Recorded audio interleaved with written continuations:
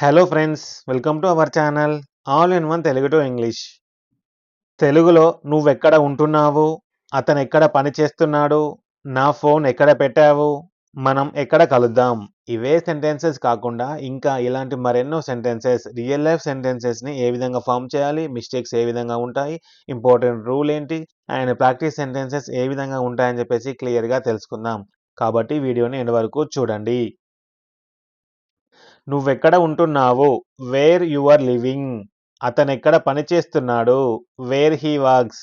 నా ఫోన్ ఎక్కడ పెట్టావు, where you kept my phone. మనం ఎక్కడ కలుద్దాం, వేర్ వి విల్ మీట్. ఈ విధంగా అంటున్నారా? మీరు ఈ విధంగా మాట్లాడినట్లయితే గ్రామర్లో హెల్పింగ్ వర్బ్స్ని సరిగ్గా వాడట్లేదు. అందుకని ఈ వీడియో చివరి వరకు చూడండి. చివరి వరకు చూస్తే వేర్ అంటే ఎక్కడ, దీని యొక్క స్ట్రక్చర్ మీకు పూర్తిగా క్లియర్ అవుతుంది. Very common mistakes. కామన్‌గా అందరూ చేసే మిస్టేక్స్ ఏ విధంగా ఉంటాయనేది డీటెయిల్‌గా తెలుసుకుందాం. Where you are living. నువ్వు ఎక్కడ ఉంటున్నావు? ఇలాంటి ప్రశ్న అడిగేటప్పుడు హెల్పింగ్ వర్బ్ ఆర్ అనేది ఎప్పుడు సబ్జెక్ట్ యూ కంటే ముందు రావాలి. ఇక్కడ మనకు యూ కంటే ముందు సబ్జెక్ట్ వచ్చిందా? రాలేదు. తర్వాత వచ్చింది. అందుకనే ఈ sentence wrong. Where are you living? ఇది ప్రశ్న కాబట్టి ఇదే విధంగా రావాలి. ఆర్ యూ అని రావాలి. యు ఆర్ అని రాకూడదు. Where are you living? నువ్వెక్కడ ఉంటున్నావు? నెక్స్ట్. Where he works. అతను ఎక్కడ పని చేస్తాడు? రెగ్యులర్‌గా జరిగే పని గురించి అడిగేటప్పుడు హీ, షీ, ఇట్ ఈ సబ్జెక్ట్స్ వచ్చినప్పుడు వీటికంటే ముందు డస్ అని రావాలి. ఎనీ నేమ్ ఉన్నా కూడా డస్ అని రావాలి. Where does he work? Where does she work? ఈ విధంగా డస్ అనేది ముందు రావాలి. నేను అంతకుముందు వీడియోలో చెప్పినట్టు third person singular he, she, it any name వచ్చినప్పుడు వర్బ్ అనేది యాడ్ చేస్తామని చెప్పాను. V5 ఫార్మ్ యూజ్ చేసినప్పుడు వాడతాం. కానీ ఇది ప్రశ్న కదా! అందుకనే డస్ హీ రావాలి. Next. Where you kept my phone. Where you kept my phone. నా ఫోన్ ఎక్కడ పెట్టావు? ఫోన్ ఎక్కడ పెట్టావు అని అడుగుతున్నాం. అంటే ఆల్రెడీ జరిగిపోయింది. కాబట్టి గతంలో జరిగిన పని కాబట్టి డిడ్ రావాలి. డిడ్ వచ్చినప్పుడు వర్బ్ ఏ ఫామ్‌లో ఉండాలి? V1 మొదటి రూపంలో V1 కీప్ అని ఉండాలి. మనం ఇక్కడ కెప్ట్ అని రాసాము. అందుకని wrong. Wear did you keep my phone. Wear did you keep my phone. ఈ విధంగా డిడ్ వచ్చినప్పుడు వర్బ్ అనేది V1 ఫామ్‌లో యూజ్ చేయాలి. Next. Where we will meet. మనం ఎక్కడ కలుద్దాం. Where we will meet. మనం ఎక్కడ కలుద్దాం. భవిష్యత్తు గురించి అడిగేటప్పుడు హెల్పింగ్ వర్బ్ విల్ లేదా షెల్ అనేది సబ్జెక్ట్‌కి ముందు రావాలి. వి విల్ అన్నాము కాదు. విల్ వి అని రావాలి. అప్పుడే కరెక్ట్ అవుతుంది. వేర్ షెల్ వి మీట్ లేదా వేర్ విల్ వి మీట్ ఈ విధంగా సబ్జెక్ట్‌కి ముందు వస్తే కరెక్ట్ అవుతుంది. నెక్స్ట్. నువ్వెక్కడ ఉంటున్నావు? అతనెక్కడ పని చేస్తున్నాడు? ఈ విధంగా ఏ సెంటెన్స్‌లో అయినా ఎక్కడ అనే పదం వచ్చినప్పుడు ఒక ప్రదేశము అంటే ప్లేస్ లేదా లొకేషన్ లేదా ఒక వస్తువు అనేది ఎక్కడ ఉందో అడగటానికి ఇంగ్లీష్‌లో కరెక్ట్‌గా స్ట్రక్చర్ ఏముంది? వేర్ అంటే ఎక్కడ. ప్రీవియస్ వీడియో లాగా కాకుండా ఈ వీడియోలో కొంచెం ఎక్కువ లెంత్ ఉంటుంది. ఎందుకంటే ప్రతి ప్రశ్నకి ఆన్సర్ ఏ విధంగా ఉంటుంది అండ్ ఆన్సర్ ఏ విధంగా చెప్పాలనేది డీటెయిల్‌గా చెప్పాను. కాబట్టి మిస్ అవ్వకుండా ఎండ్ వరకు చూడండి. సెంటెన్స్ ఎలా ఫార్మ్ చేయాలి? దీని యొక్క స్ట్రక్చర్ ఏ విధంగా ఉంటుంది? Structure where plus helping verb. Helping verb ఏముంటాయి? Do, does, did, is, are, will subject plus verb. నువ్వు ఎక్కడికి వెళ్తున్నావు?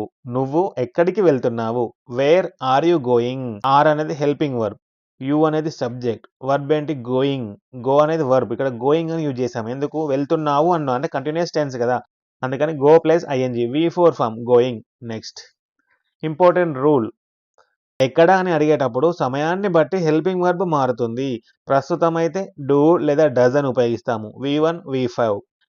గతమైతే పాస్ట్ టెన్స్ డిడ్. భవిష్యత్తులో అంటే ఫ్యూచర్ విల్ ఉపయోగిస్తాము. కంటిన్యూ అవుతున్న పనులు కంటిన్యూస్‌గా జరిగే పనులు ఉన్నప్పుడు ఈజ్, యామ్, ఆర్ ఈ విధంగా ఉపయోగిస్తాము. ఇవి మీరు గుర్తుపెట్టుకోండి.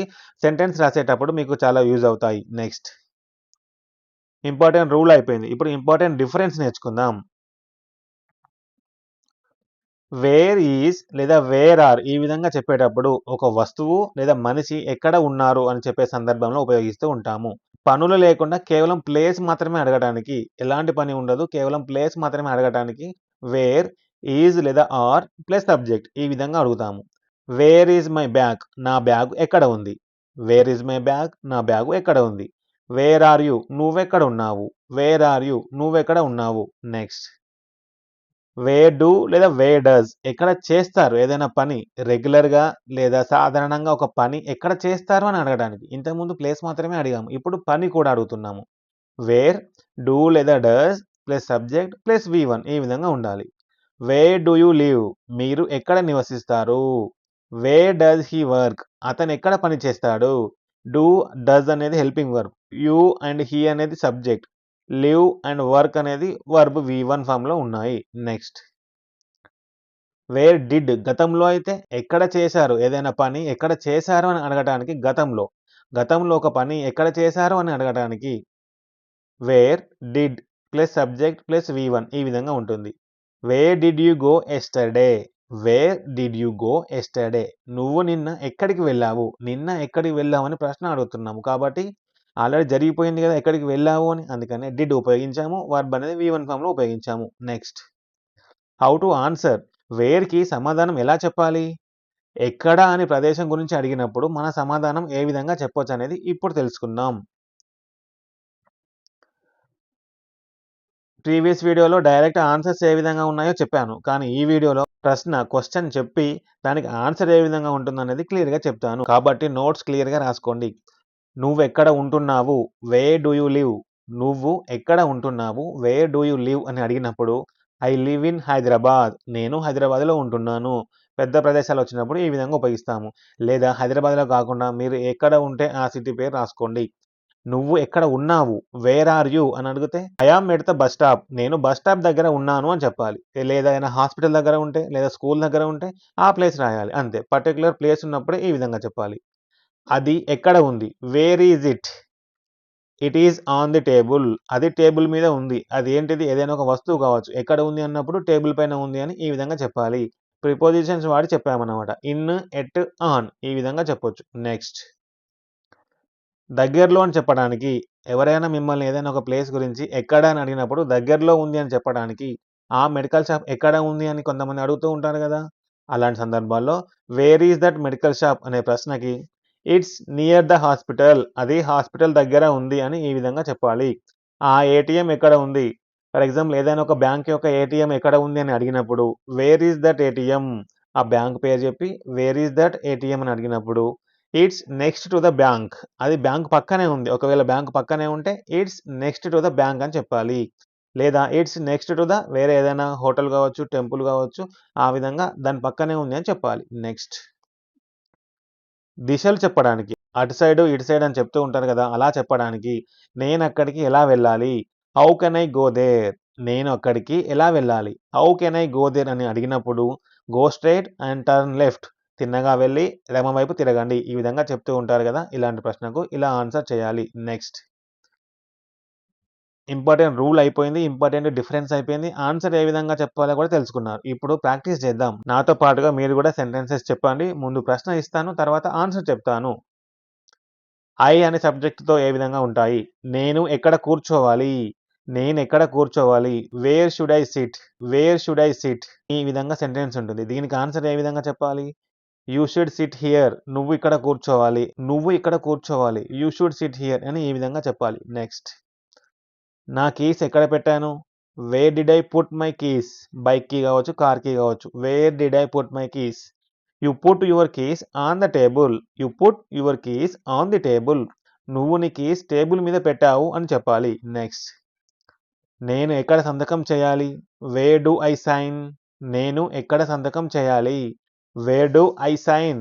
You sign here. నువ్వు ఇక్కడ సంతకం చేయాలి అని ఈ విధంగా చెప్పాలి. నెక్స్ట్ ఐ అయిపోయింది. ఇప్పుడు యూ అనే సబ్జెక్ట్. యూ అంటే ఏంటి? నువ్వు లేదా మీరు. నువ్వు ఎక్కడికి వెళ్తున్నావు? Where are you going? నువ్వెక్కడికి వెళ్తున్నావు? I am going to the market. నేను మార్కెట్‌కి వెళ్తున్నాను అని చెప్పాలి. నెక్స్ట్ నువ్వెక్కడ పుట్టావు? Where were you Born?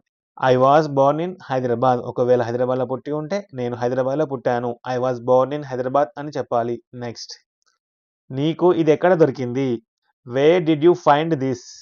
Wear did you find this? నీకిది ఎక్కడ దొరికింది? I found it near the bus stop. ఒకవేళ మీకు బస్ స్టాప్ దగ్గర దొరికి ఉంటే I found it near the bus stop. నాకిది బస్ స్టాప్ దగ్గర దొరికింది.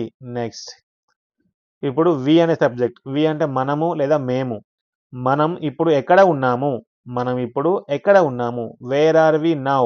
Wear are we now?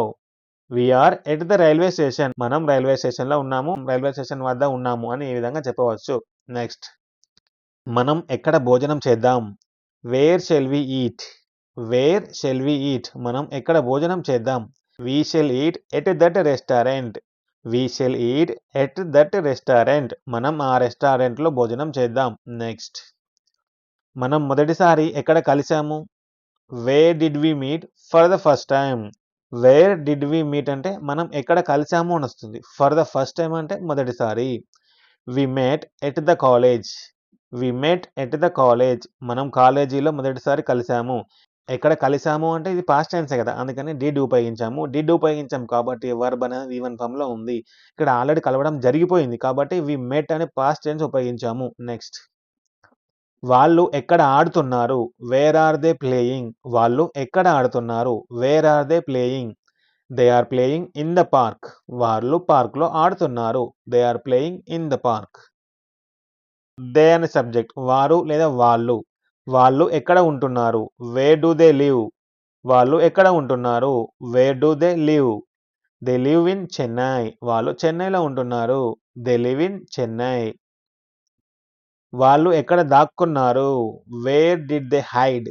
వాళ్ళు ఎక్కడ దాక్కున్నారు? Where did they hide? They hide behind the building.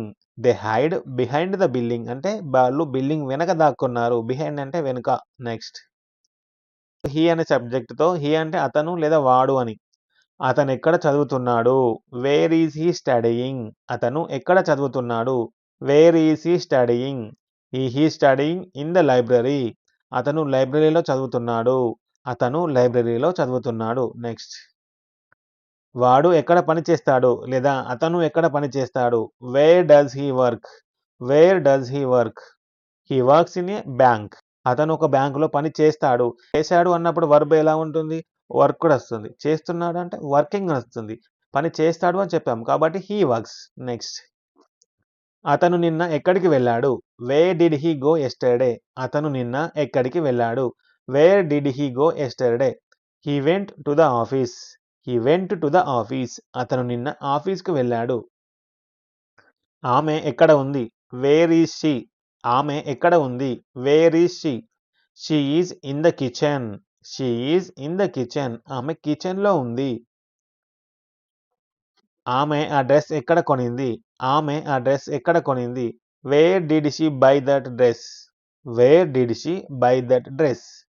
She bought it at the mall. She bought it at the mall. ఆమె ఆ dress మాల్‌లో కొనింది. ఆమె ఆ డ్రెస్ మాల్‌లో కొనింది.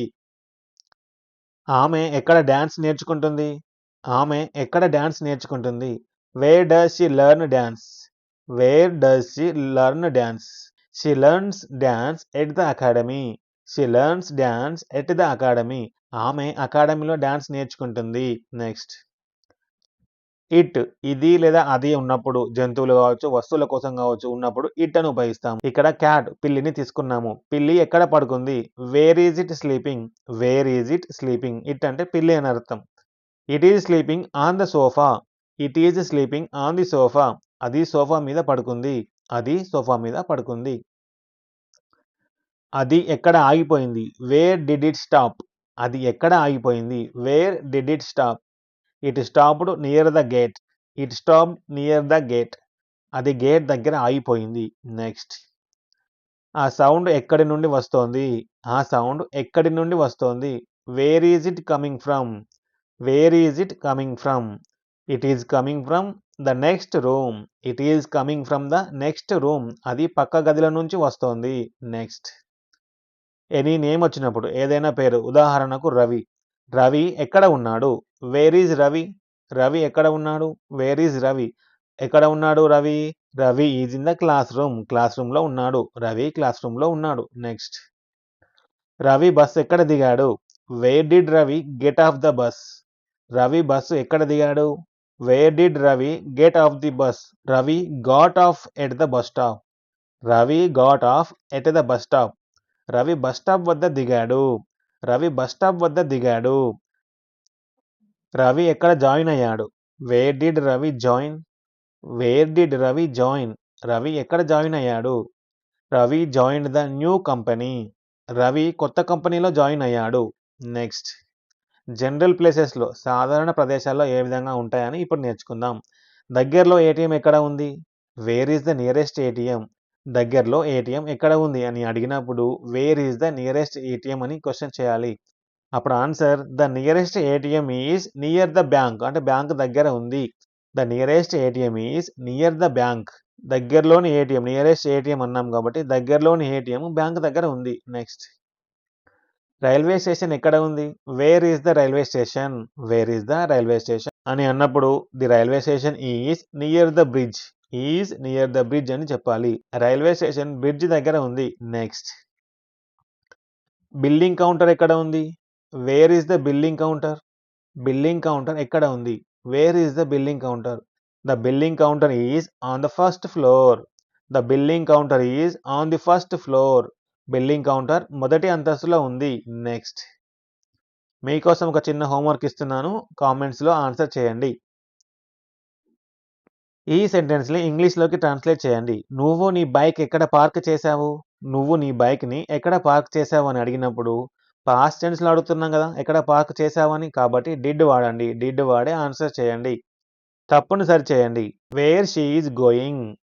Wear she is going. Helping verb ఎక్కడ వాడాలో రూల్స్‌లో నేర్చుకున్నాం కదా! కాబట్టి గుర్తుందా? గుర్తు లేకపోతే మళ్ళీ ఒకసారి చూసి నేర్చుకొని ఆన్సర్ చేయండి. నెక్స్ట్ మీ సొంత ఆన్సర్ చెప్పండి. Wear do you live? మీరు ఎక్కడ నివసిస్తారు? Wear do you live? ఈ విధంగా అడిగినప్పుడు ఐ లివ్ ఇన్ హైదరాబాద్ లేదా ఐ లివ్ ఇన్ విజయవాడ. ఈ విధంగా మీరు ఎక్కడ ఉంటారో మీ ఊరి పేరు కామెంట్ చేయండి. ఈ వీడియో గనుక మీకు నచ్చినట్లయితే, మీకు నిజంగా హెల్ప్ అయితే ఒక లైక్ ఇవ్వండి. ఇంగ్లీష్ నేర్చుకోవాలనుకున్న మీ ఫ్రెండ్స్ అండ్ ఫ్యామిలీ గ్రూప్స్‌లో షేర్ చేయండి. ఇలాంటి డెప్త్ క్లాస్‌ల కోసం వెంటనే సబ్స్క్రైబ్ చేసుకోండి. సబ్స్క్రైబ్ చేసుకొని హైప్ కూడా చేయండి. హైప్ చేయడం వలన ఈ వీడియో అనేది మీలాగే ఇంగ్లీష్ నేర్చుకుందాం అనుకునే వాళ్ళకి రీచ్ అవుతుంది. నెక్స్ట్ లెసన్ వెన్ అంటే ఎప్పుడు. సమయం అడగటం ఎలా? ఎప్పుడు అని అడగటం ఎలా? నువ్వు ఎప్పుడు వస్తావు? మీ క్లాస్ ఎప్పుడు స్టార్ట్ అవుతుంది? అతను ఎప్పుడు వెళ్ళాడు? వాళ్ళెప్పుడు కలుస్తారు? ఈ విధంగా ఇవే కాకుండా ఇలాంటి రియల్ లైఫ్ సెంటెన్సెస్‌ని ఏ విధంగా ఫార్మ్ చేయాలి? మిస్టేక్స్ ఏ విధంగా ఉంటాయని చెప్పేసి క్లియర్‌గా చెప్తాను. కాబట్టి వెంటనే ఛానెల్‌ని సబ్స్క్రైబ్ చేసుకోండి. Thank you for watching.